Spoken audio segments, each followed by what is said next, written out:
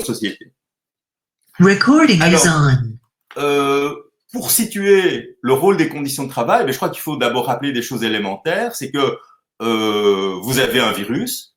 Ce virus est contagieux par les voies respiratoires. Et le travail est un lieu où il y a de multiples interactions entre les personnes. Donc le travail, c'est vraiment une activité collective dans son essence, et une activité qui implique énormément de contacts entre des personnes, que ce soit entre les travailleurs eux-mêmes ou les travailleurs et des clients, des usagers, toute autre catégorie de personnes, et d'autre part, des contacts entre ces travailleurs et des matières. Et donc, dans une contamination qui se fait par voie respiratoire, le travail est effectivement susceptible d'être un vecteur fondamental dans la transmission de la maladie. Et d'ailleurs, si dans beaucoup de pays, on a fermé un grand nombre d'entreprises, ce n'était évidemment pas sans rationalité. Il y avait une rationalité préventive tout à fait évidente à fermer un grand nombre de lieux de travail, puisqu'on a pu constater que ces lieux de travail étaient un des vecteurs les plus importants de la contamination.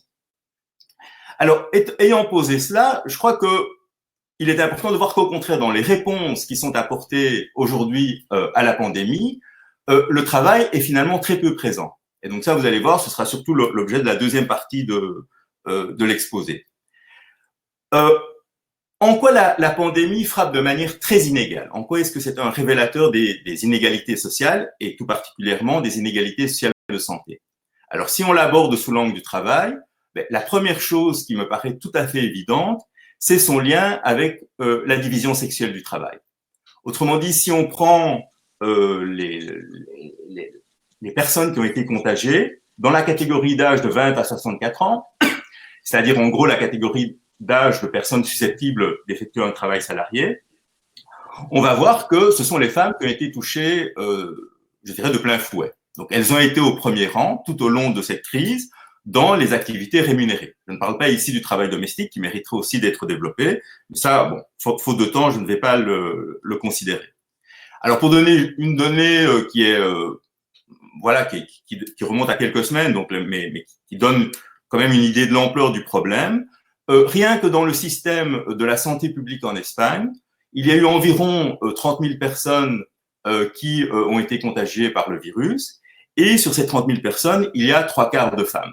Et je suis sûr que si on devait prendre les chiffres dans d'autres pays, on arriverait à des ordres de grandeur qui sont assez semblables. Et donc, qu'est-ce qui explique que les femmes ont été frappées de plein fouet dans leur activité professionnelle par le coronavirus? C'est quelque chose que l'on peut vérifier à l'échelle mondiale, donc qui ne concerne pas un groupe de pays en particulier, et qui est l'extrême concentration des femmes dans tout ce qu'on appelle les activités du care. C'est-à-dire toutes les activités dans lesquelles on assure le travail de reproduction et pas le travail de production de biens matériels, et où forcément on est en contact, et souvent en contact, je dirais avec une très grande proximité, le cas du personnel soignant, avec des usagers, avec des patients. Et donc le fait que les femmes soient concentrées dans les professions du care explique pourquoi elles ont été frappées de façon particulièrement forte sur le lieu de travail. Et donc si on doit dessiner une sorte de cartographie de la population entre 20 et 64 ans qui a été exposée, qui est tombée malade ou qui est morte à la suite du coronavirus, on va voir qu'il y a une nette surreprésentation parmi les femmes d'un certain nombre de professions. Et cela intervient sur une toile de fond. Autrement dit, le Covid n'intervient pas à partir de zéro, cela intervient sur une toile de fond qui est que, de façon structurelle, ces activités sont dévalorisées et la dévalorisation du travail féminin dans le secteur du care entraîne aussi que c'est rarement considéré comme une priorité en santé au travail. Donc là, je vous rappelle, par exemple, si vous suivez un peu l'actualité sociale, que plusieurs mois avant l'apparition du virus, et donc sans aucun rapport évidemment avec le virus, il y a eu des luttes très importantes dans les maisons de retraite en France, qu'on appelle les EHPAD. Et ces luttes ont mis en évidence une énorme dégradation des conditions de travail dans ce secteur. Donc ça, c'est un premier pan qui est très important à mon avis, c'est le lien entre le Covid et la division sexuelle du travail. Et donc ça, c'est un lien que l'on peut, établir à l'échelle mondiale, même si les formes concrètes que prend la division sexuelle du travail ne sont pas les mêmes d'un pays à l'autre. Alors, un deuxième élément, je crois, qui est très important, c'est que dès le début de la crise, on a apporté des réponses qui relèvent de l'hygiène, d'une vision hygiéniste du problème. Ces réponses étaient justifiées. Donc, il ne s'agit pas de dire ici que les règles qui ont été proposées en matière d'hygiène publique ne seraient pas bonnes. Elles sont bonnes, et d'ailleurs, dans les pays qui les ont appliquées, je dirais avec le maximum d'intensité, on voit effectivement que il y a une amélioration, donc le nombre de nouveaux cas tend à diminuer, le nombre de personnes hospitalisées tend à diminuer. Mais donc, on a apporté des règles qui sont des règles qui relèvent essentiellement des barrières. On a établi des barrières de type physique ou chimique dans le cas de la désinfection, de manière à éviter la propagation du virus. Ces barrières sont indispensables. Donc là, je le répète, il ne s'agit pas de remettre en cause la nécessité de barrières, mais ces barrières n'ont pas été conçues en fonction du travail et en fonction des conditions de travail. Et du coup, l'application de ces barrières devient en fait très inégalitaire. Autrement dit, dans un certain nombre de conditions, ces barrières fonctionnent. Elles peuvent engendrer d'autres problèmes, comme on le voit avec le télétravail, ou donc dans le cas du télétravail, la barrière, je dirais, par rapport au risque biologique fonctionne, ce qui ne signifie pas que d'autres problèmes ne surgissent pas, et au contraire, le télétravail, je crois que beaucoup d'entre vous en auront fait l'expérience, peut être très déstabilisant en termes d'identité professionnelle, en termes de qualité du travail, en termes de relations collectives dans le travail. Mais donc, on a mis en place des barrières, et qu'est-ce qu'on constate sur les lieux de travail, et notamment sur les lieux de travail qui ont continué leur activité, c'est que ces barrières sont tout à fait insuffisantes parce que il y a eu un refus de tenir compte de l'organisation du travail. Alors, je vais prendre quelques exemples, mais on pourra en donner beaucoup d'autres. Un premier exemple, c'est celui des abattoirs. Donc, depuis plusieurs semaines, on voit des articles paraître dans la presse en disant oui, effectivement, on constate un problème important. Les abattoirs ont continué à fonctionner et les abattoirs ont été manifestement un endroit où la contagion s'est produite à grande échelle. Et donc, on a des données canadiennes, des États-Unis, de France, enfin, d'un nombre croissant de pays pour montrer ce problème. Alors, il y a des hypothèses à creuser sur le terrain scientifique, donc sur le terrain je dirais, à la fois biomédical et de facteurs qui pourraient concourir à la contagion. Je ne vais pas explorer ces hypothèses-là, ce qui ne veut pas dire qu'elles ne soient pas légitimes. Ce sont des questions concrètes qu'il faut se poser. Mais ce que j'ai trouvé très intéressant par rapport aux abattoirs, c'est un article qui est paru il y a quelques jours dans Libération, où là, la journaliste, au lieu de se tourner vers les experts, elle s'est tournée vers les travailleurs eux-mêmes. Elle leur a demandé finalement de raconter quelles étaient leurs conditions de travail en période de pandémie pour essayer de comprendre pourquoi il y avait cette fragilité particulière du secteur des abattoirs par rapport à la pandémie du coronavirus. Et ce que relève la journaliste de Libération quand elle fait des entretiens avec les travailleurs, c'est un ensemble de facteurs, mais il y en a deux, je crois, qui jouent un rôle particulièrement important. Le premier, ce sont les conditions d'emploi. Alors, c'est quoi les conditions d'emploi? C'est que dans les abattoirs, vous avez une main-d'œuvre qui est sous-payée, qui vient souvent d'Europe de l'Est ou de pays africains, parfois via d'ailleurs des agences donc qui sont des intermédiaires entre les travailleurs et les abattoirs. Et évidemment, la possibilité que ces travailleurs ont de peser sur l'organisation du travail, la possibilité de refuser le chantage entre, d'un côté, la productivité et de l'autre côté, la protection de leur santé, cette possibilité est fortement réduite. Et donc là, on a un facteur de vulnérabilité qui est provoqué par les conditions d'emploi. Et puis, le deuxième élément intéressant que relevaient ces travailleurs, c'est de dire, on nous a fourni des masques, très bien. Le problème, c'est que dans les abattoirs, il y a énormément de bruit. Et le travail, et ça c'est vrai pour tout travail, c'est une caractéristique, je dirais, générale, qui s'applique à n'importe quelle activité. Le travail, c'est avant tout de la coopération. Donc le travail, c'est jamais quelque chose qui se joue dans l'individuel. On peut comparer le travail à une sorte de ballet. C'est quelque chose où chacun met en tension son corps et entre en communication avec les autres, par des paroles, par des gestes, par toutes sortes d'éléments. Et donc ce que disent ces travailleurs, c'est on met le masque, mais quand on doit se parler, il y a tellement de bruit qu'on retire le masque. Or, vous comprenez bien que l'utilité du masque, c'est précisément quand on se parle. Autrement dit, en termes de barrière hygiénique, le masque n'est que d'une faible utilité si vous êtes à une distance raisonnable des autres personnes, mais au moment où vous vous adressez à une autre personne pour lui parler, et donc où vous allez forcément émettre des postillons, forcément, c'est à ce moment-là que le masque est le plus utile. Et donc là, on voit comment l'organisation du travail fait obstacle à la barrière. Donc ce n'est pas que ces travailleurs soient idiots et n'aient pas conscience du rôle joué par le masque, simplement la solution préconisée par les experts dans le cas de cette activité concrète de travail, cette solution ne peut pas être mise en place.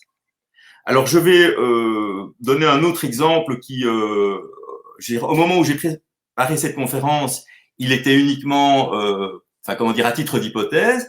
Et aujourd'hui, en lisant le quotidien italien Il Manifesto, je vois qu'il est apparu sous forme de lutte, donc sous forme de grève. Et c'est la question du travail dans l'agriculture. Alors, le travail dans l'agriculture, pour faire bref en Europe, est basé sur deux grands groupes de travailleurs. Le premier, ce sont des travailleurs installés sur place, donc en gros des agriculteurs, et qui ont des activités tout au long de l'année. Et puis, comme dans l'agriculture, vous avez évidemment des pics en fonction des besoins saisonniers. Donc, la période de travail maximale, ça correspond à la récolte ou à la moisson ou à la cueillette. À ce moment-là, on fait venir une quantité considérable de travailleurs qu'on pourrait appeler des travailleurs nomades, c'est-à-dire des travailleurs qui ne résident pas en permanence sur les lieux où ils vont effectuer le travail agricole. Et dans le cas de l'Europe, la grande majorité de ces travailleurs sont des migrants. Pas exclusivement, vous avez des intérimaires, vous avez des étudiants, mais on a une majorité de travailleurs migrants qui effectuent ces activités. Alors, dès le début du confinement, au niveau de l'Union européenne, on a décidé la fermeture des frontières. Autrement dit, plus de circulation d'un pays à l'autre, c'était justifié à des fins d'hygiène publique. Et très rapidement, l'Allemagne a dit, bien sûr, il faut fermer les frontières, mais il faut donner une exception, c'est pour les saisonniers agricoles. Parce que sinon, c'était l'argument à ce moment-là qui a été relevé, nos asperges, il y a personne qui vont s'occuper des asperges. Et donc, on a effectivement rouvert de façon modeste les frontières pour faire venir des saisonniers agricoles. Une autre variante, qui n'est pas celle du travail saisonnier agricole, ce sont les travailleurs sans papier, qui sont massivement utilisés essentiellement dans le bassin méditerranéen, mais pas uniquement. Et justement, ce que j'ai pu lire cet après-midi dans le quotidien Il Manifesto, c'est le fait qu'une grève a été déclenchée par les ouvriers agricoles sans papier en Calabre, donc dans une plaine qui s'appelle Gioia del Toro. Et ces ouvriers agricoles réclament de meilleures conditions de travail et réclament surtout une régularisation inconditionnelle. Alors, quel est le lien avec le Covid? De nouveau, c'est le lien de la vulnérabilité. Si vous êtes vulnérable, si vous ne pouvez pas avoir un contrôle sur vos conditions de travail, vous ne pouvez pas vous protéger. Et donc, la revendication de ces travailleurs, c'est évidemment dans le contexte du Covid, mais elle déborde la question du risque biologique auquel ils sont exposés et, je dirais, elle déroule l'ensemble des questions qui se posent. Conditions de séjour, conditions d'emploi et conditions de travail. Alors, quand on se penche de plus près sur la question du travail agricole, au stade actuel, on n'a pas de données, donc je vous dis tout de suite, on n'a pas de données particulières qui permettraient de dire qu'il y a eu des foyers de contagion parmi ces travailleurs, mais on a un potentiel qui, lui, est je dirais, tragique en termes de risque. Pourquoi? Parce que nous avons des travailleurs qui sont eux-mêmes exposés à des pesticides, avec des effets pour le long terme, qui sont des maladies chroniques. Et donc là, on peut déjà dire avec certitude que les maladies chroniques sont un facteur d'aggravation de l'état de santé en cas de contagion du Covid. Il y a aussi un effet immédiat direct, un effet d'inflammation sur les voies respiratoires. Et là aussi, il est clair que le risque de contagion est augmenté par cette exposition aux pesticides. Ces travailleurs font des efforts physiques importants, donc de nouveau, les voies respiratoires sont beaucoup plus sollicitées que si vous êtes au repos chez vous, donc augmentation du risque de contagion. Et finalement, les conditions, notamment je pense en particulier au travail dans les serres, mais pas exclusivement dans les serres, les conditions de chaleur et d'humidité font que le port du masque devient très problématique. Donc, si vous avez vous-même fait l'expérience, porter le masque pendant 20 minutes dans le métro ou dans un grand magasin, ben, ça pose pas trop de problèmes. Si vous devez porter le masque 8 heures par jour dans une atmosphère très chaude et humide comme celle des serres, ben, vous pouvez vous rendre compte que le port du masque devient beaucoup plus problématique. Alors, on pourrait, une objection qu'on pourrait avancer, c'est de dire oui, mais attention, la grande majorité des victimes du Covid, ce sont des gens qui sont des retraités. Autrement dit, c'est le groupe d'âge au-dessus de 64 ans. Et c'est une donnée incontestable. Hein, si on prend la mortalité, pour la morbidité, on a des données moins sûres, mais en tout cas pour la mortalité, il n'y a aucun doute. Et aussi les formes, je dirais, particulièrement graves de maladie, ce sont les personnes les plus âgées qui sont touchées. Et ces personnes ne travaillent pas, en tout cas dans nos sociétés, ou la très grande majorité d'entre elles. Et là, je crois que le lien avec le travail, il doit se faire à travers justement une analyse critique des données.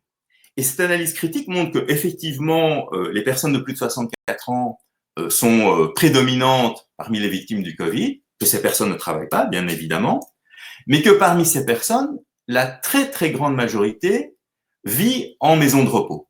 Autrement dit, il y a un facteur de vulnérabilité qui est biomédical et qui est partagé par, je dirais, l'ensemble des personnes âgées, qui est même accru pour les personnes qui sont dans des maisons de repos. Donc là, il y a un facteur de sélection. Les personnes qui sont dans des maisons de repos ont en général un état de santé moins bon que celles qui peuvent rester à domicile.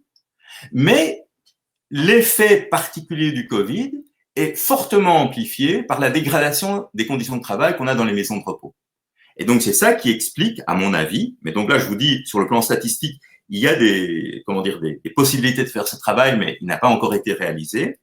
À mon avis, la surmortalité extrême que l'on a pu observer dans les maisons de repos ne s'explique pas uniquement par les facteurs de vulnérabilité des personnes qui s'y trouvent, et qui sont réels, bien entendu, hein, il ne s'agit pas de les nier, mais elle s'explique aussi par cette interaction entre les facteurs de vulnérabilité des personnes qui se trouvent dans les maisons de repos et je dirais les conditions de travail particulièrement difficiles du personnel des maisons de repos.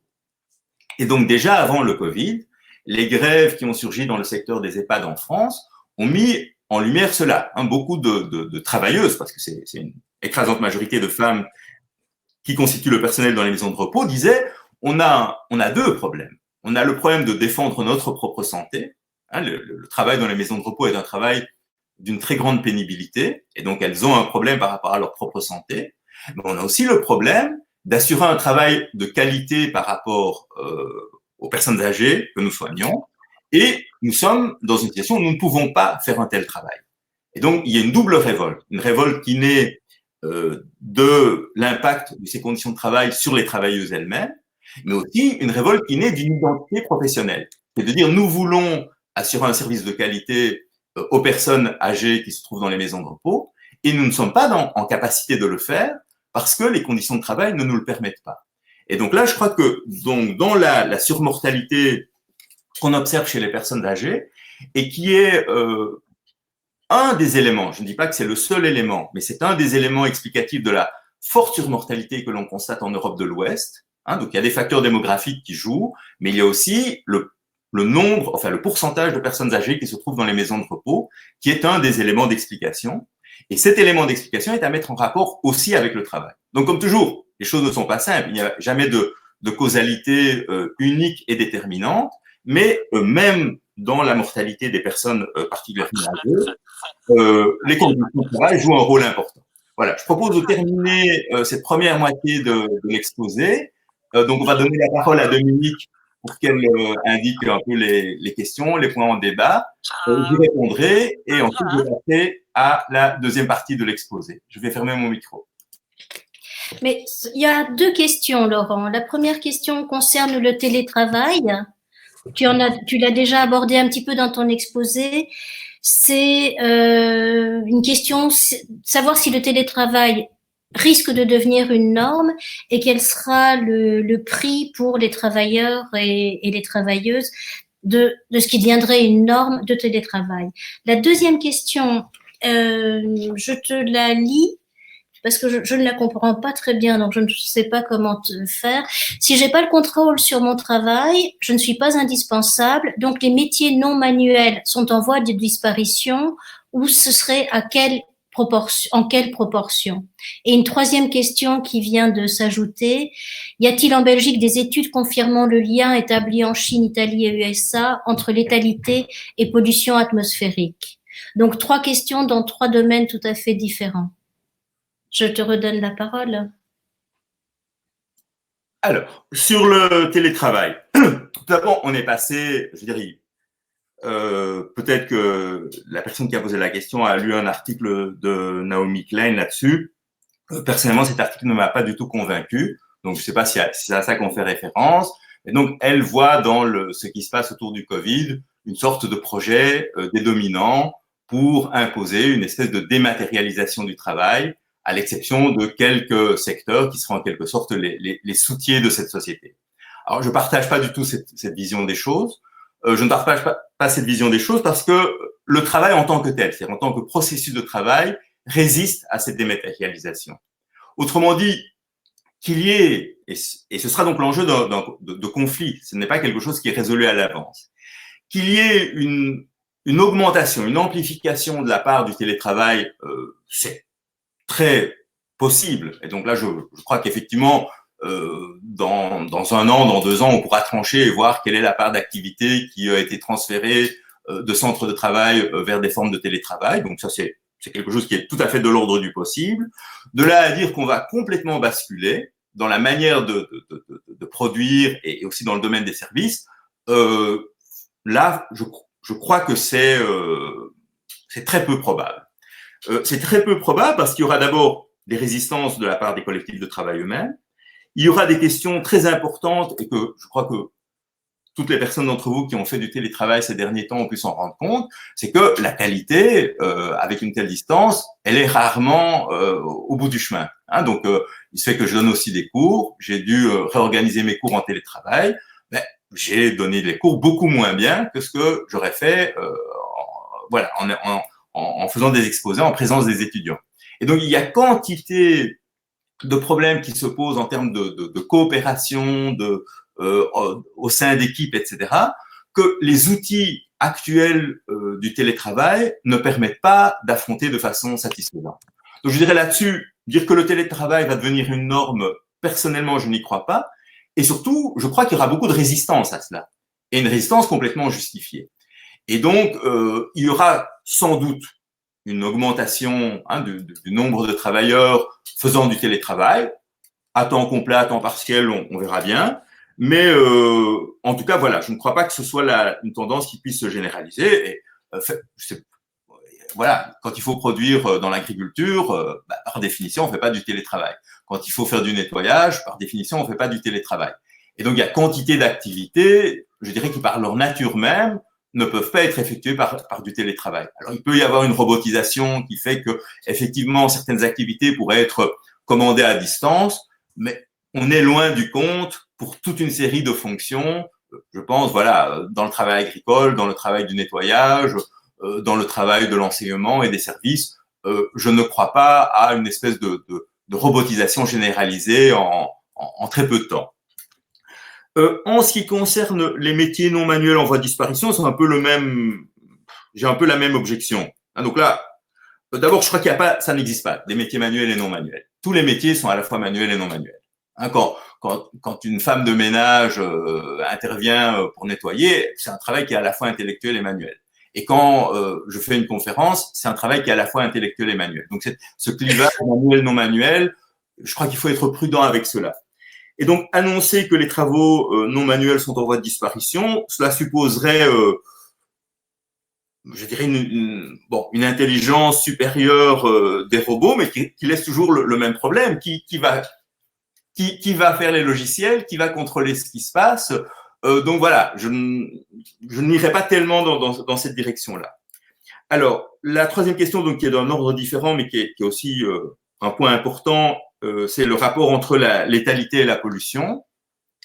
Je crois que c'est une piste importante à suivre. Donc, quand on voit en Italie les zones qui ont été le plus touchées, la question des pollutions industrielles et donc des maladies chroniques que ces pollutions industrielles ont induites dans la population en général et en particulier dans la population qui a effectué du travail dans les usines, je crois que c'est en tout cas une hypothèse qu'il faut suivre sérieusement. Donc, à ma connaissance, on n'a pas encore développé d'études épidémiologiques sur cette question, hein, mais je crois que c'est en tout cas une hypothèse à prendre très au sérieux. Je crois que dans les facteurs qui déterminent à la fois la contagion et la mortalité, il y a des facteurs que l'on peut dès à présent objectiver, et il y a des facteurs sur lesquels il existe une part de doute, mais donc le fait qu'il existe une part de doute signifie justement qu'il est important de poser ces questions, sinon elles ne seront jamais abordées, elles ne seront jamais résolues.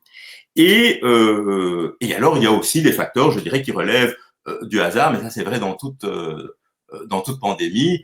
Pourquoi tel navire a débarqué à tel endroit, tel jour, à telle heure? Pourquoi est-ce que le port de Guayaquil en Équateur a été frappé de façon terrible, alors que, mettons, le port de Barranquilla en Colombie n'a pas été frappé? Là, au stade actuel, à part le hasard, je ne vois pas d'explication. Alors peut-être qu'il y a une explication derrière, mais voilà, il faudra poser les questions pour avoir des réponses. Et donc là, c'est déjà peut-être une manière d'enchaîner avec la suite de l'exposé, c'est que on est dans une situation où la majorité des questions qui ont été posées aux experts l'ont été suivant un modèle qui est totalement verticaliste, voire militariste. Autrement dit, des exécutifs forts qui formulent un certain nombre de questions et qui attendent des réponses de la part des experts. Et donc, si on compare l'histoire du Covid avec ce qui s'est passé en ce qui concerne le sida, on peut voir qu'il y a vraiment des approches complètement divergentes. Alors, le sida, ce n'est évidemment pas la même chose, le mécanisme de contagion n'est pas le même, hein, puisque c'est principalement les rapports sexuels et la contamination par le sang. Donc, du coup, dans le sida, la question du travail ne jouait pas un rôle aussi important, à l'exception du travail sexuel. Mais dans les réponses qui ont été mises en place, en ce qui concerne le sida, après des luttes et des mobilisations, donc ça n'a pas été quelque chose d'acquis de manière automatique et spontanée, mais dans la question du sida, il y a eu la reconnaissance qu'il fallait travailler au minimum sur trois piliers. Un pilier qui est le domaine biomédical, là il est également pris en charge pour le Covid. Un pilier qui est celui des sciences sociales, très affaibli dans le cas du Covid, très réductionniste, avec une approche principalement de type hygiéniste, et un pilier mobilisation des savoirs et des connaissances du bas.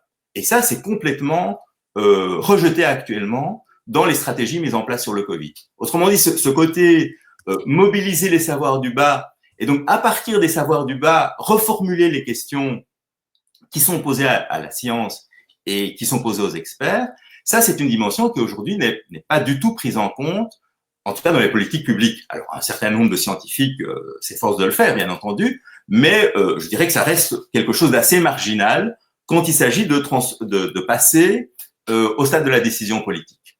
Et donc, si on prend le modèle qui était, par exemple, diffusé par l'OMS au niveau mondial, c'est que dans les statistiques, on n'intègre pas la profession des personnes. Et donc, on a un élément fondamental à la fois de connaissance, mais aussi d'action.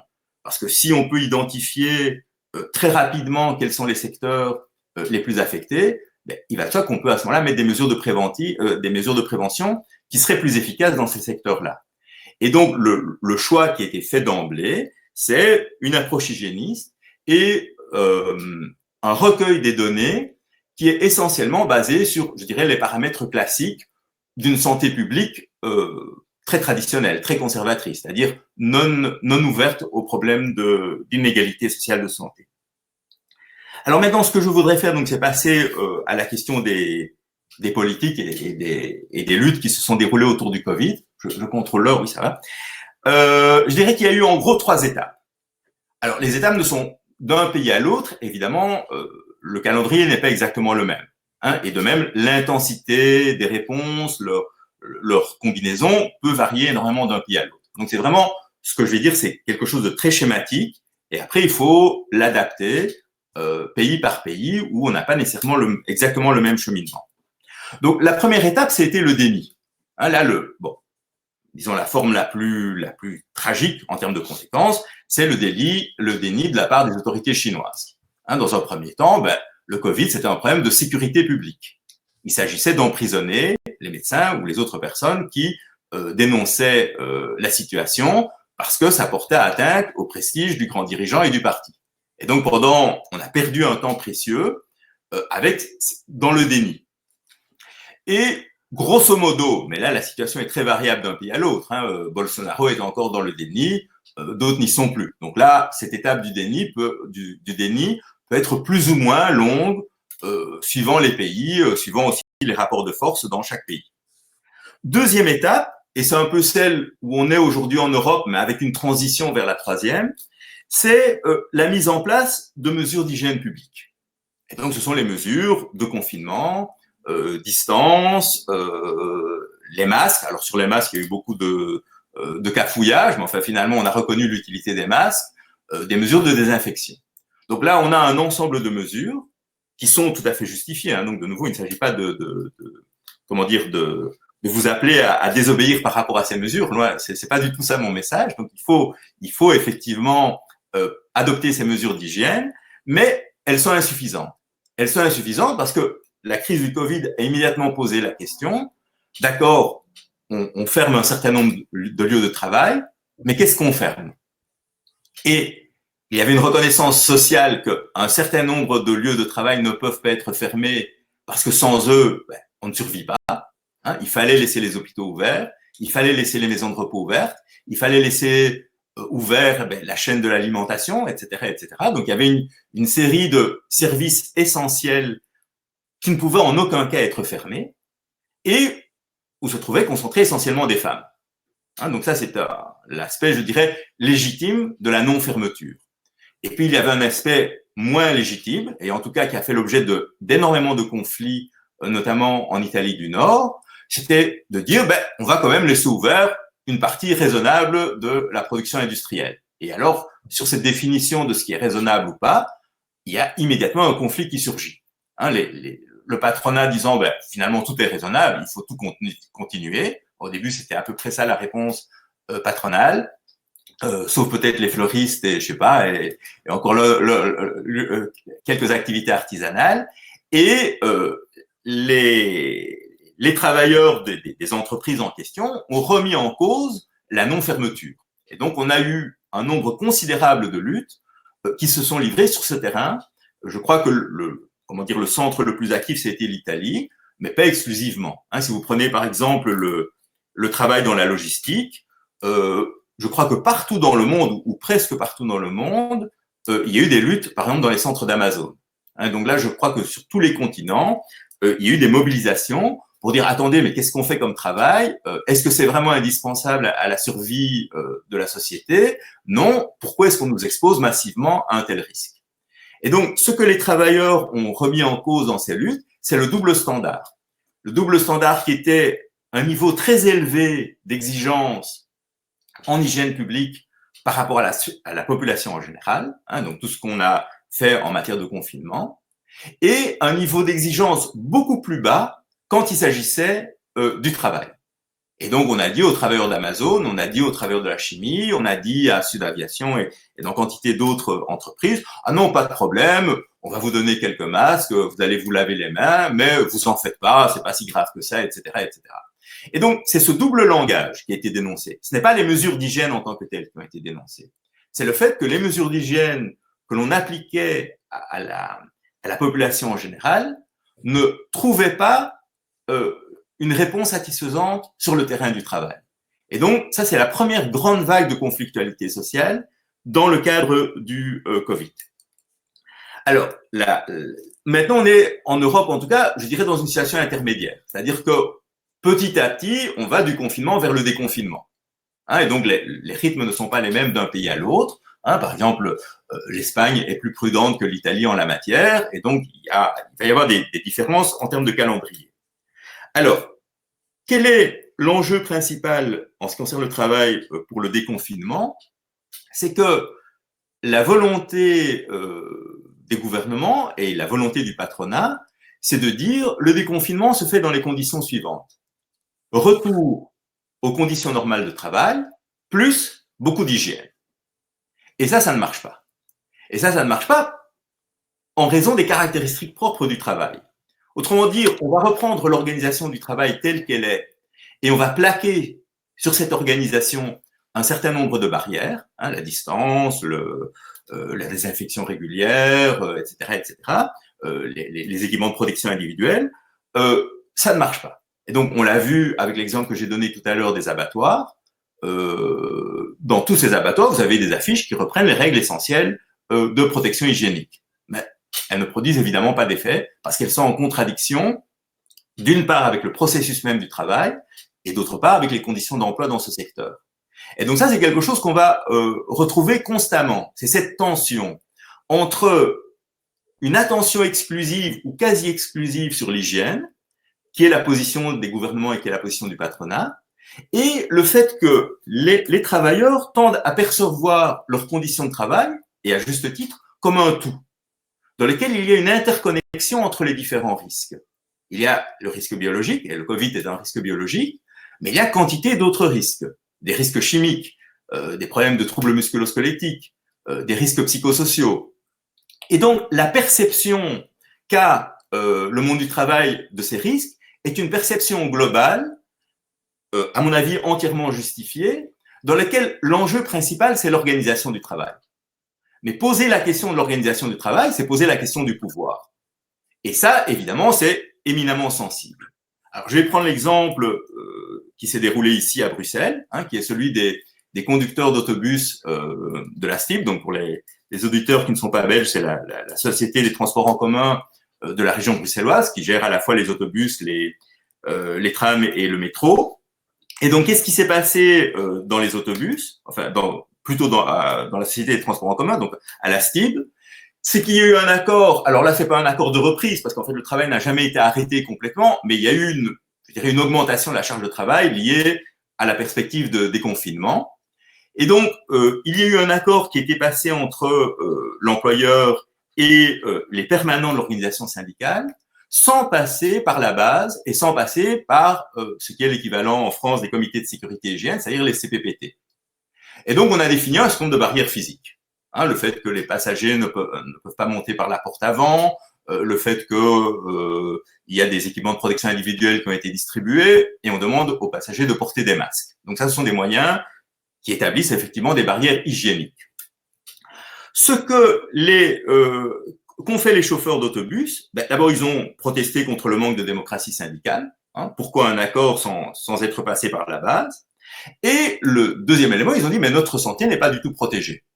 Et ils ont exercé un droit qui existait en Belgique depuis 25 ans, mais qui n'avait pas été souvent exercé, en tout cas on n'a pas beaucoup de documentation là-dessus, qui est le droit de retrait. Alors le droit de retrait, c'est un droit fondamental qui consiste à dire, face à un danger grave et imminent, le travailleur a le droit de se retirer de son travail. Et donc c'est ce que les chauffeurs de la STIB ont fait. Alors il y a eu beaucoup de démagogie autour de ça, qui était notamment certaines réactions dans la presse, disant comment c'est un scandale, regardez l'héroïsme des infirmières et regardez ces chauffeurs qui sont des mauviettes, qui osent invoquer le droit de retrait alors que les infirmières ne l'ont pas fait. Alors, une telle réaction est purement démagogique parce qu'il est évident que les enjeux ne sont pas les mêmes. Si vous n'êtes pas soignant en soins intensifs, vous mourrez. Et donc, effectivement, les infirmières, sur la base de leur identité professionnelle, n'exercent pas le droit de retrait dans ces conditions-là. Si vous êtes chauffeur d'autobus et que quelqu'un attend l'autobus et que l'autobus ne circule pas, il y a personne qui va mourir. Donc, il y a évidemment une autre relation par rapport à l'usager. Et donc, l'identité professionnelle d'un chauffeur de la STIB, c'est pas la même identité professionnelle qu'une infirmière, et les deux doivent se respecter, les deux correspondent à la réalité de leur travail, à une perception réelle de l'enjeu que leur travail a pour le reste de la société. Et donc, le fait que les chauffeurs de la STIB aient arrêté le travail en invoquant le droit de retrait a fait, je dirais, a beaucoup secoué l'opinion publique, a été à l'origine de nombreux débats, mais je crois que ce genre de situation va se présenter de plus en plus. Autrement dit, de plus en plus. Ah oui, et alors pourquoi est-ce que la question de l'organisation du travail était au centre? Pour la raison suivante, c'est que dans les autobus, la politique de la direction est la suivante. C'est qu'on fournit des équipements, on fournit des produits désinfectants en grande quantité, mais on ne nettoie, on ne fait une désinfection générale de l'autobus, on ne la fait pas chaque fois qu'il y a une rotation du personnel. On la fait qu'en fin de parcours d'autobus. Autrement dit, 2, 3, 4 conducteurs différents peuvent se succéder sur un même autobus. La désinfection n'a lieu qu'en fin de parcours. Et ça, c'est une question typique d'organisation du travail. Je veux dire, ça a été fait comme ça jusqu'à présent, et avant le Covid, ça ne posait pas de problème. Désormais, ça pose un problème. Mais donc, ça implique forcément une réorganisation du travail, sans quoi, forcément, le danger contagieux ne peut pas être écarté. Et là, les chauffeurs ont en tout cas à leur appui un argument qui est très solide, c'est que, donc, en Belgique, on n'a pas de données de mortalité suivant les groupes professionnels. En Grande-Bretagne, on a ces données. C'est une tradition qui remonte en Grande-Bretagne depuis le 19e siècle. Donc, même avec un gouvernement ultra-conservateur, ils ont des statistiques sur la mortalité Covid qui, de ce point de vue-là, sont meilleures, donc en termes d'identification des groupes professionnels, sont bien meilleures que les statistiques belges. Et quand on voit les statistiques anglaises, qu'est-ce qu'on voit? Chez les femmes, là, il y avait évidemment aucune surprise. C'est le secteur des soins de santé pour lesquels les taux de mortalité sont les plus élevés. Et chez les hommes, ce sont les conducteurs d'autobus et les conducteurs de taxi qui ont enregistré les taux de mortalité les plus élevés. Donc, on voit que la revendication de la base du syndicat à la STIB est loin d'être irrationnelle et fondée sur une espèce d'angoisse complètement sans lien avec la réalité. Je crois que cette revendication s'appuie sur l'expérience concrète du travail et sur le fait que, au quotidien, les chauffeurs ont pu se rendre compte que les fameuses conditions d'hygiène publique qu'on allait appliquer dans les transports en commun ne fonctionnent pas ou ne fonctionnent pas de façon suffisante, en tout cas, dans le cas des autobus. Alors, on a une lutte comparable, par exemple en France, dans le secteur automobile, chez Renault, mais je crois que vraiment dans les mois qui viennent, il va y avoir, au fur et à mesure que la reprise du travail va se généraliser, on va avoir de plus en plus de luttes de ce type. Et alors, là où on a des mois, alors j'ose pas dire à quelle échéance, peut-être que ce sera cet automne, peut-être que ce sera un peu avant, peut-être que ce sera un peu après, on n'en sait rien, mais des mois chauds qui s'annoncent, c'est évidemment dans tous les secteurs massivement féminisés qui n'ont pas pu arrêter le travail. Et donc, je pense en particulier aux hôpitaux et aux maisons de repos.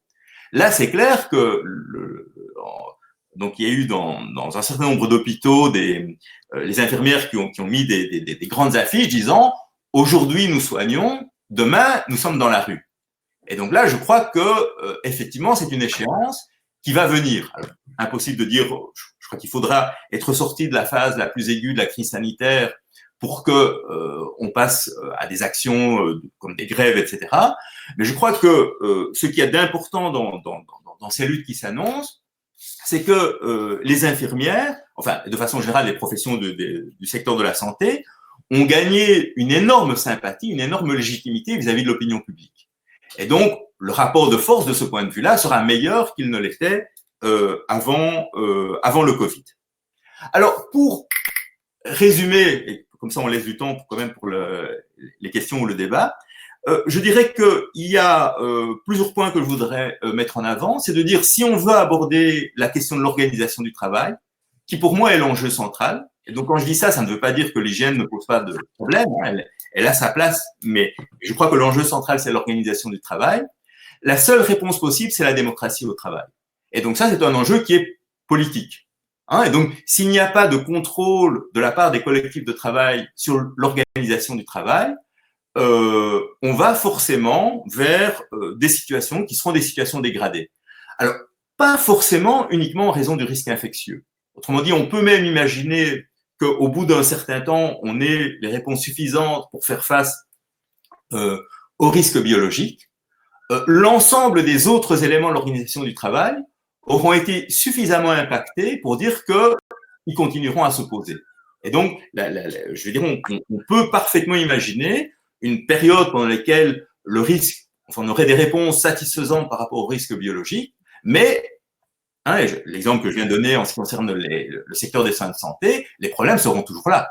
Autrement dit, on aura peut-être résolu le problème du Covid en particulier, Mais le problème latent, structurel qu'on a dans le secteur des soins de santé n'aura pas été résolu pour autant. Et donc là, je crois qu'il y a un potentiel énorme de conflictualité sociale. Alors maintenant, comme toujours, quand on s'engage… J'ai entendu le pan. Pardon ? Oh, pardon, c'est moi. Bon, okay. Alors, il y a aussi évidemment des facteurs qui peuvent jouer contre cela. Hein, les angoisses, le chantage au chômage, éventuellement des réponses qui seraient plutôt de l'ordre du nationalisme. Voilà, on est dans une situation, je dirais, d'incertitude. Hein, les facteurs qui jouent en faveur des luttes sociales, qui jouent en faveur de l'émancipation, sont nombreux, ils sont réels. Ils naissent de l'expérience directe du travail, et donc ça, je crois que c'est très important. Mais les facteurs qui peuvent jouer contre cette perspective sont également importants. Et donc, qui l'emportera entre une solution autoritaire et réactionnaire à la crise ou une solution anticapitaliste à cette crise, au stade actuel, je crois que personne ne peut se prononcer honnêtement. Alors, trois éléments, je crois, qui doivent être importants, c'est la question de l'enquête. Donc, je crois qu'il faut aborder ces questions avec beaucoup de modestie et rendre la parole au collectif de travail. Et donc ça, je crois que ça doit être une priorité, notamment une priorité aussi bien pour le monde de la recherche que pour le monde syndical, c'est le travail de l'enquête. Deuxième priorité de mon point de vue, c'est la question du lien avec les luttes féministes. Donc c'est clair que la division sexuelle du travail doit être remise en cause avec toutes les conséquences qu'elle a, et que cela ne peut se faire que s'il y a un lien avec les revendications féministes. Et puis, il y a la question écologique qui est évidemment fondamentale, parce qu'on va avoir des luttes sur comment produire, mais on va aussi avoir des luttes sur qu'est-ce qu'il faut produire. Et le qu'est-ce qu'il faut produire est évidemment en rapport direct avec la question écologique. Autrement dit, est-ce qu'il y a des productions dont on peut parfaitement se passer ? J'en suis convaincu, mais ça doit être soumis à un débat. Ce n'est pas c'est pas quelque chose qui doit être décidé par l'État ou par le haut. C'est quelque chose qui doit être soumis à un débat dans lequel les collectifs de travail doivent avoir leur mot à dire, mais aussi les autres secteurs de la société. Et donc, je crois que ces trois dimensions, enquête, féminisme et écologie, sont trois dimensions qui vont nous permettre, je dirais, d'affiner nos réponses, d'intervenir de façon plus efficace dans ces luttes. C'est pas une solution miracle. Il y a encore plein de problèmes qui se posent et qui devront être résolus au fur et à mesure qu'on les abordera. Mais je crois que ce sont des facteurs, en tout cas, qui peuvent inciter à, je dirais, un optimisme raisonnable par rapport aux mois et aux années qui viennent. Voilà, donc maintenant, je repasse la parole à Dominique pour le débat. Voilà, avant de poser les questions, il y en a plusieurs, des interventions aussi, c'est-à-dire il y a plusieurs gens qui participent à la conférence qui notent les rôles différents des syndicats. Donc c'est clair qu'ici en Belgique, les syndicats ont lâché la STIB, mais on fait remarquer que la CGT a fait fermer Renault à Sandouville, par exemple. Un commentaire aussi sur le télétravail qui permet de diminuer l'impact sur la mobilité et que les maladies respiratoires dues au travail existaient bien avant le Covid. Alors pour les questions, elles touchent à différents domaines. Donc le premier, c'était si tu peux préciser le lien entre la surmortalité des personnes âgées et les mauvaises conditions de travail en EHPAD. Est-ce que, une question sur la catégorisation, est-ce que le fait que les gestes barrières fonctionnent, que les barrières fonctionnent, permet-il de justifier le classement du Covid en groupe 3 des agents biologiques? Ensuite, le travail ménager domestique. Est-ce que tu as l'impression que maintenant qu'il y a une revalorisation salariale dans le domaine des titres-services, dans le domaine du travail ménager domestique à domicile, est-ce que tu as l'impression que le Covid a donné un poids aux revendications collectives? Et une question sur la responsabilité. Alors la question des conflits, les questions autour du conflit vont être posées. La question de la responsabilité va être posée de manière cruciale, puisque par exemple, si on prend le travail dans les chantiers, sur les chantiers, il y a des intérimaires, il y a des sous-traitants, il y a un nombre de personnes où la démarche hygiéniste a reconnu que leur geste devait être sûr et que c'était eux qui étaient responsables de leur sécurité d'une certaine manière. Donc, comment est-ce que la défense, s'il y a des actions en justice, comment est-ce que la défense va s'organiser pour prouver qu'il y a quand même mise en danger, que la responsabilité n'est pas individuelle? Une question aussi sur l'ouverture des écoles. Est-ce que tu crois que c'est lié à l'obligation que les gens retournent travailler? Et enfin, ah non, je vois qu'il y a d'autres questions qui s'est posées. Donc, comment on remet la santé du travail au centre de l'organisation du travail? Comment est-ce qu'on peut inciter les employeurs à changer structurellement? Et des questions qui viennent de se poser aussi. Pourrais-je avoir votre avis sur le manque de matériel de protection qui ont touché les institutions et les institutions BSI? Et la responsabilité est-elle à l'État ou à l'employeur? Donc, on revient sur la question de la responsabilité. Et une question sur le secteur aérien, qui n'est pas décisif du point de vue de la confluence enquête féminisme écologie. Et une question, existe-t-il des statistiques anglaises sur les salariés du commerce et du Covid? Donc, la question sur les salariés du commerce, est-ce qu'on a en Angleterre des statistiques et est-ce qu'on a déjà une vue de l'influence du Covid dans ce domaine commercial? Alors, je vous dis tout de suite, je vais pas répondre à toutes les questions parce que sinon on reste jusqu'à minuit. Mais ça veut pas dire que je refuse d'y répondre. Hein. Donc, il y a moyen via l'UPJB de continuer la discussion par email. Vous pouvez aller sur le site de l'Étui. Il y a quantité de publications, etc. Mais c'est impossible de répondre à toutes les questions de façon sérieuse, en tout cas en quelques minutes. Donc, je vais en prendre quelques-unes, hein, et c'est un peu au hasard. Sur le rôle des syndicats, je dirais que la question, elle n'est pas tranchée entre France ou Belgique ou telle centrale et telle centrale. Je crois que il y a des fractures, des conflits à l'intérieur de chaque, ou en tout cas de la très grande majorité des organisations syndicales, avec des approches différentes dans tous les pays. Et donc, les choses ne sont pas statiques. Hein, donc, dans le cas des chauffeurs d'autobus de la STIP, c'est une centrale en particulier, hein, la centrale des services publics, qui a joué ce rôle aux côtés de la direction. Ce n'est par exemple pas du tout le cas dans le secteur des titres-services. Hein, et donc justement, il y avait une question sur les titres-services.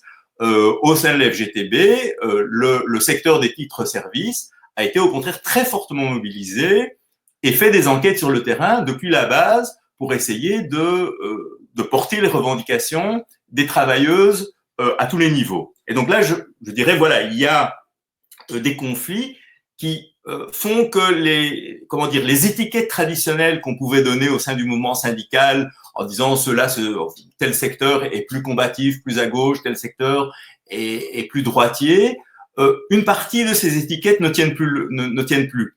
Hein, et donc on voit des réalignements, hein, et parfois ça va dans la bonne direction, parfois ça va dans la mauvaise direction, mais en tout cas la situation n'est pas figée. Et ça, je crois que c'est un facteur important qu'il faut relever. Alors, la question sur mortalité des personnes âgées et mauvaises conditions de travail. Je crois que c'est vraiment une question très importante. Alors, je vais m'y arrêter un petit peu avec deux éléments. Un premier élément, c'est la perception des travailleuses du secteur. Et là, il n'y a absolument aucun doute, et c'était déjà le cas avant le Covid, il y a une révolte profonde de ces travailleuses qui est liée à la fois à la dévalorisation de leur propre travail et aux logiques commerciales qui ont été mises en place. Donc, par exemple, j'ai lu cet après-midi un article dans Espagnol dans lequel il faisait la corrélation. Alors, comme toujours, c'est à titre d'hypothèse, hein, tout ça, ça demande d'être creusé. Mais il faisait la corrélation entre le taux très élevé de mortalité dans les maisons de retraite en Espagne et le fait qu'on ait des fonds de retraite, hein, ce qu'on appelle les fonds vautours, donc qui cherchent à prospérer très rapidement dans n'importe quel secteur, qui ont investi massivement dans les maisons de repos. En tout cas, en Espagne, c'est divisé par communauté autonome, donc par région, et notamment dans la région de Madrid. Et donc, là, il y a une hypothèse qu'il faut prendre tout à fait au sérieux, qui est de dire les fonds de pension ont investi massivement pour transformer l'activité des maisons de repos en une activité rentable et commerciale. Et donc, ça a un impact évidemment sur la qualité du travail. En gros, il y a une standardisation du travail. On essaye de faire le maximum avec des équipes qui sont de plus en plus réduites et avec une standardisation de tout. X minutes pour la douche, autant de minutes pour le petit déjeuner, alors que, en fonction de la diversité des personnes, mais parfois il faudrait plus de temps pour la douche, éventuellement on pourra aller plus vite pour le petit déjeuner, etc. Mais donc il y a une extrême standardisation du travail dans les maisons de repos qui va à l'encontre, je dirais, du contenu même du travail et du sens du travail. Et ça, c'est posé de façon très claire par les travailleuses du secteur. Donc déjà, dans ce domaine, la grève des EHPAD, même si elle ne concerne pas le Covid en tant que tel, fournit des éléments de réponse. La grève des EHPAD, c'était de dire on est devant une qualité du travail qui est rendue impossible par une certaine logique de management.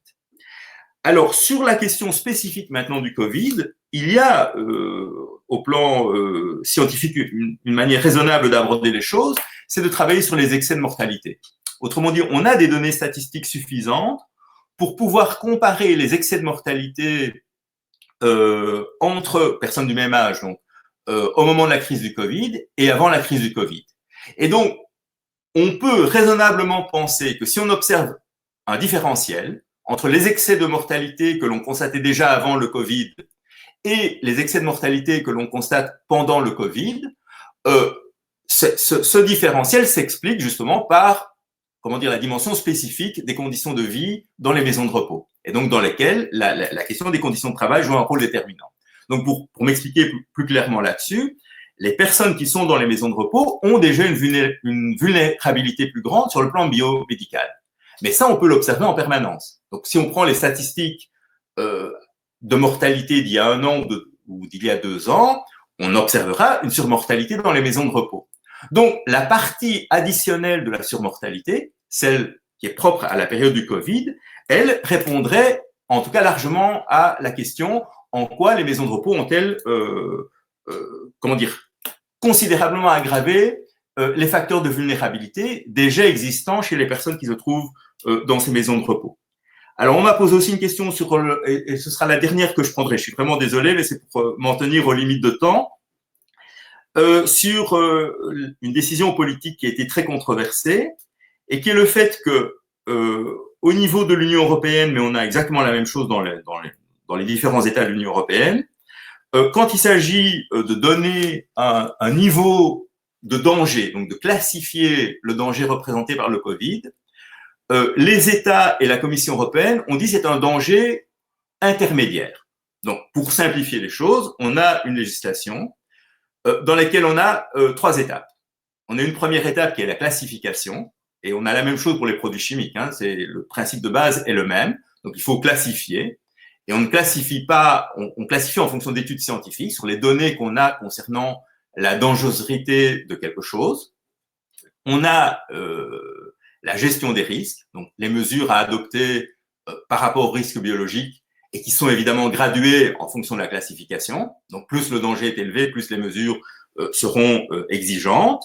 Et puis, il y a, je dirais, la mise en œuvre pratique, entreprise par entreprise, et ça dépend d'une évaluation des risques. Bon. Donc, ça, c'est vraiment les principes généraux de cette législation. Alors, au moment de la classification, la Commission européenne a dit « Oh, c'est un danger intermédiaire ». Concrètement, ça veut dire le groupe 3. Les syndicats disaient « Non, c'est un groupe 4 ». Groupe 4, c'est le niveau le plus élevé de danger. Alors, je ne vais pas reprendre toute l'argumentation scientifique et médicale, qui, à mon avis, donnait entièrement raison aux syndicats, mais ce qui s'est joué derrière cette classification, c'est essentiellement un message qui a été lancé aux employeurs. De dire, au niveau de la santé publique, jamais, je crois, dans l'histoire de l'humanité, on a adopté des mesures aussi drastiques. Je ne vois pas de précédent où on aurait fermé un grand nombre d'entreprises, où on aurait demandé aux gens de rester chez eux, etc., etc. Donc, au niveau de la santé publique, on a adopté une approche, et j'insiste, elle était justifiée, une approche de confinement, de mesures maximales par rapport à un danger maximum. Et brusquement, quand il s'agit de la santé au travail, on dit « Oh, ben, le danger en question, il est intermédiaire ». Alors, je ne vais pas détricoter je dirais la fausse argumentation scientifique qu'il y a derrière. Donc là, ça c'est très typique en période de Covid, c'est que les politiques ne prennent pas leurs responsabilités. Donc chaque fois que les politiques doivent prendre une décision controversée, ils disent non, non, j'ai absolument rien décidé, ce sont les experts qui m'ont dit de. Alors, les experts, il y en a quantité dans le monde et on les choisit. Et le choix lui-même est un choix politique. Et les questions qu'on pose aux experts, on les choisit. Et le choix de la question, souvent, est déterminant dans la réponse qu'on va recevoir. Alors, dans cet épisode, je dirais, sur la classification, donc il y a un message qui est envoyé aux employeurs, au patronat, pour dire, OK, il faut reprendre le travail, il y aura sans doute des victimes, mais bon, on va essayer d'aborder les choses sans trop de préoccupation. Et à l'inverse, par rapport à la population en général, le message, le débat a lieu à la fin du mois d'avril. Enfin, il commence à la fin du mois d'avril. À l'époque, c'est alerte maximale pour la population.